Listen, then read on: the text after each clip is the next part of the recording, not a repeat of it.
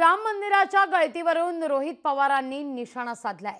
बांधकाम अर्धवट असताना उद्घाटन केल्याचा टोला या ठिकाणी रोहित पवार यांनी ट्विट करत लगावलाय। पाहूया आपण काय म्हणतात रोहित पवार।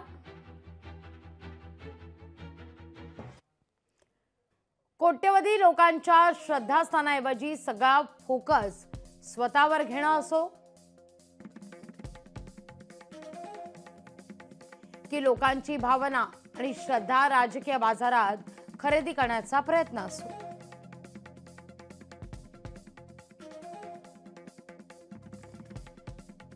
हे जनता जनार्दनलाही पटत नसल्याचं लोकसभा निवडणुकीत अयोध्येतील भाजपच्या पराभवानं सिद्ध केलंय।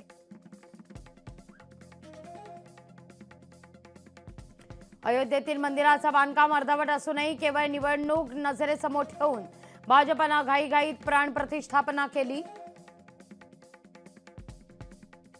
मंदिराचं गळत असलेलं छत पाहिलं तर हा एक संदेशच आहे आणि तो लोकांना समजतो तसा भाजपलाही कळेल ही अपेक्षा आहे, असं रोहित पवार ट्विट करतायत। जात आणि धर्म हा प्रत्येकाचा व्यक्तिगत विषय असल्यानं यावर राजकीय पोळी भाजण्यापेक्षा सरकारनं मुद्द्यांवर बोलावं, असं देखील रोहित पवार यांचं ट्विट आहे।